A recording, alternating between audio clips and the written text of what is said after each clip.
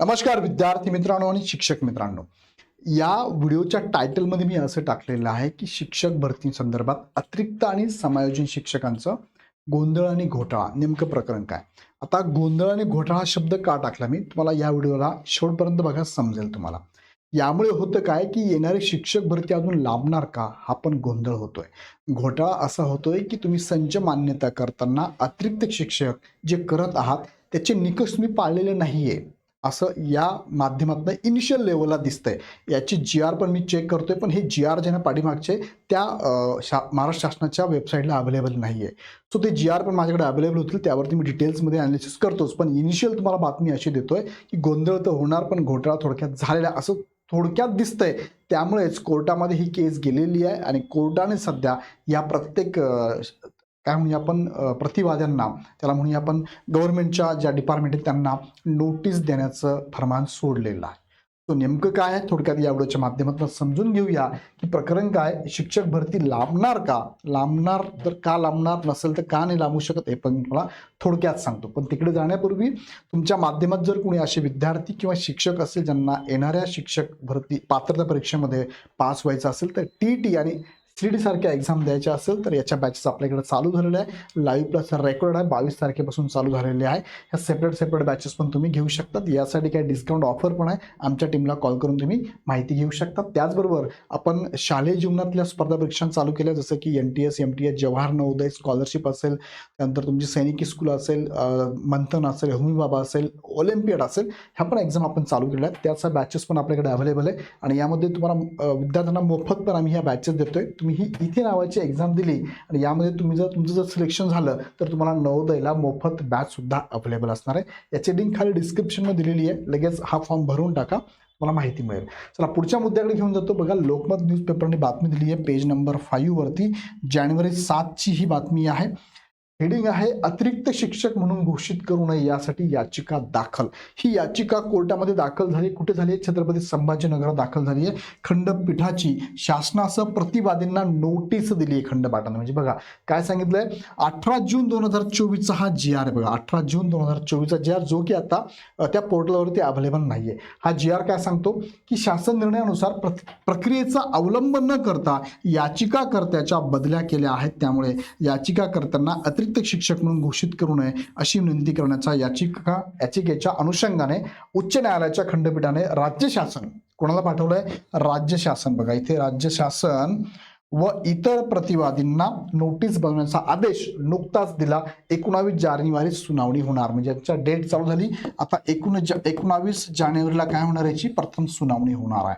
आता याचिकाकर्ता कोण आहे तर त्यांचं नाव बघा, सिराज नसीर पठाण आणि इतर 9 याचिकाकर्ता ज्यांनी ॲडव्होकेट संभाजी मुंडे यांच्या मार्फत काय केलंय, ही याचिका दाखल केली आहे. मग त्यात सांगितलं असं बघा, हा मुद्दा आता महत्वाचा की काय घडलं नेमकं, याचिकेत म्हणणं काय.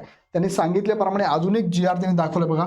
18 मे 2011च्या शासन निर्णयानुसार समायोजन करण्याची जी प्रोसेस आहे, अतिरिक्त करणं आणि समायोजन करण्याची प्रोसेस आहे ती फॉलो केली नाही असं त्यांचं म्हणणं आहे. याच्यात 3 पॉईंट त्यांनी सांगितले. 3 पॉईंट मी तुम्हाला पुढच्या स्लाइडमध्ये दाखवतो. बरोबर आहे. आणि 19 जानेवारी रोजी खंडपीठाची पुढील सुनावणी होणार आहे. तुर्तास नोटीस त्यांनी दिलेली आहे. 3 महत्वाचे मुद्दे काय बघा. अतिरिक्त शिक्षक आणि त्यांचं समायोजन करताना पहिला मुद्दा तुमचा काय आहे की मुख्याध्यापक व पदवीधर शिक्षक ह्या जागांवरती, हे 2 जागा आहेत बघा, ही एक जागा ही एक जागा. बघा बऱ्याच शाळेमध्ये मुख्याध्यापक पदावरती नियुक्ती नसते किंवा तिथं पद खाली आहे, तर अशा वेळेस त्या नियुक्तीवर त्या पदावरती तात्पुरती कोणास तरी नियुक्ती करण्यात येते. बरोबर आहे, तात्पुरती. कुठे? मुख्याध्यापक किंवा पदवीधर शिक्षक असेल तो विषय शिकवणारा शिक्षक अवेलेबल होत नाही, तोपर्यंत एखाद्या शिक्षकाला अवेलेबल शिक्षकांमधूनच एखाद्या शिक्षकाला ती जबाबदारी दिली जाते, अतिरिक्त जबाबदारी दिली जाते. ह्या जागांवरती अतिरिक्त आणि तात्पुरती नियुक्ती केलेल्या शिक्षकांची नावे वगळण्यात यावी. आता संच मान्यता करत असताना, संच मान्यतेची प्रोसेस काय तुमची, संच मान्यता करत असताना अवेलेबल जी पटसंख्या आहे त्यानुसार काय म्हणतो आपण, पटसंख्येनुसार काय शिक्षक नेमण्यात येतो. जेवढी पटसंख्या आहे त्यानुसार काय असतं, शिक्षक असतो. मग आता हा शिक्षक जो तात्पुरती नियुक्ती केली हा कुठे पकडायचा मग. फॉर एक्झाम्पल एखाद्या शाळेमध्ये एखाद्या शिक्षकाची नियुक्ती केली मुख्याध्यापक या पदावरती अतिरिक्त म्हणून केलेली आहे. सो अतिरिक्त जरी केली असेल तर हे पद रिक्त आहे ना, हे पद भरलंय की नाही. एखाद्या शिक्षकाची नियुक्ती पदवीधर शिक्षक म्हणून तात्पुरती केली आहे, पण तात्पुरती केली जरी असेल पण हे संच मान्यतेमध्ये हे पद पकडता येईल का? नाही पकडता येणार, कारण तात्पुरती आहे, हे पद रिक्तच आहे का? म्हणजे मग हे जर पद ज्यावरती तात्पुरती नियुक्ती केली आहे, शिक्षकांची नावे तिथून वगळण्यात यावी आणि मग तुमची संच मान्यता कन्सिडर करावी, अशी एक मागणी किंवा असाच नियम सांगतो त्या GR नुसार. हा पहिला मुद्दा, महत्वाचा मुद्दा आहे खरं म्हणजे. मग दुसरा काय? दुसरा मुद्दा आहे की पदोन्नतीनंतर नियुक्ती देताना समुपदेशन पद्धत वापरावी. आता एखाद्या शिक्षकाची पदोन्नती जर झाली असेल तर पदोन्नती देत असताना त्या शिक्षकाचं समुपदेशन पद्धतीने त्याला पदोन्नती द्यावी, त्याला लोकेशन द्यावं. पण समुपदेशन न करता जर त्या शिक्षकाची नियुक्ती त्यांना हवं त्या ठिकाणी केली तर होतं काय? ज्या ठिकाणी त्या शिक्षकाची इच्छा आहे त्या ठिकाणी तो शिक्षक जाऊ शकत नाही पदोन्नतीने, आणि मग तिथे अतिरिक्त दाखवलं जाते शिक्षकांना, किंवा त्या ठिकाणी काय म्हणतो आपण, रिक्त जागा दाखवली जाते म्हणूया, रिक्त जागा दाखवली जाते. सो समुपदेशन करणं गरजेचं आहे, हे पण त्या नियमामध्ये, त्या GR मध्ये सांगितलेलं आहे. आणि तिसरा मुद्दा महत्वाचा काय आहे?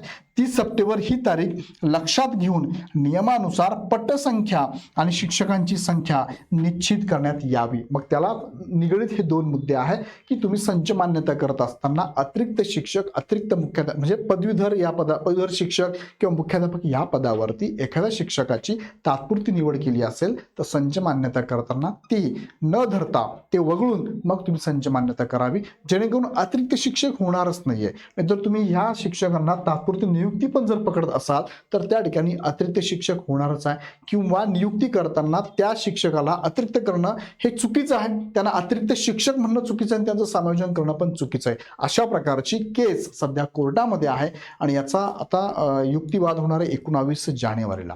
सो याच्यामध्ये आता नेमकं काय आहे, काय नेमकं असं घडलंय, संच मान्यता करताना गोंधळ घातला की घोटाळा केला हे कळत नाहीये.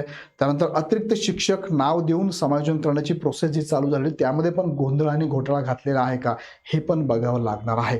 सो पाठीमागचे सगळे GR अतिरिक्त म्हणजे संच मान्यता करून अतिरिक्त शिक्षकांना अतिरिक्त शिक्षक म्हणून समायोजन जी प्रोसेस आहे, जे 2 GR मी तुम्हाला सांगितले, हे दोन्ही GR प्रॉपर बघणं गरजेचं आहे. हे 2 GR म्हणजे 18 जून 2024 चा एक GR आणि 18 मे 2011 चा GR आहे.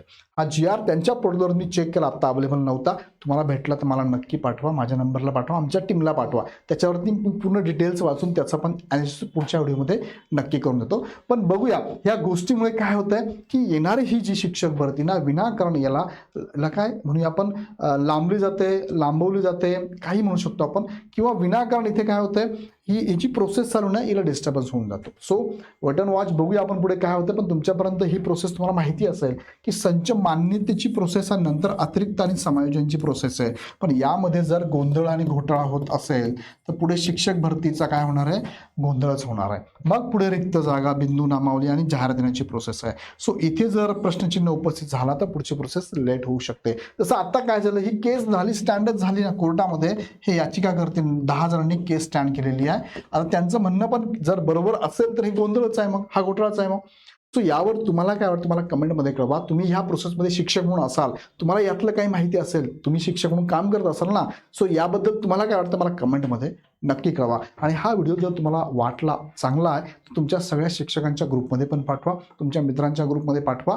आणि याच्यामध्ये अजून काही तुमचे मुद्दे असेल तर मला कमेंटमध्ये कळवा. पण जाताना एकदा परत सांगतो, तुम्ही शिक्षक म्हणून जर काम ऑलरेडी आहात या पदावर तर तुम्ही तुमच्या विद्यार्थ्यांपर्यंत नक्की पोहोचू शकता की इग्नाईटचा चांगला उपक्रम आहे. इग्नाईट पाठशाला ह्या ॲपवरती आणि यूट्यूबवरती तुम्हाला आम्ही विद्यार्थ्यांना शालेय जीवनातल्या ज्या स्पर्धा परीक्षा आहे त्यांची माहिती पण देत असतो. चॅनल पण बघायला हवं त्यांना, आणि जर त्यांना अपेक्षित असेल तर मार्गदर्शनच्या बॅचेस पण घेऊ शकतात. स्कॉलरशिपची बॅच 4वी-7वीची फक्त 500 रुपयात मुलांना आम्ही अवेलेबल करून दिलेली आहे, ज्यामध्ये ही पूर्ण टीम तुम्हाला गाईड करते.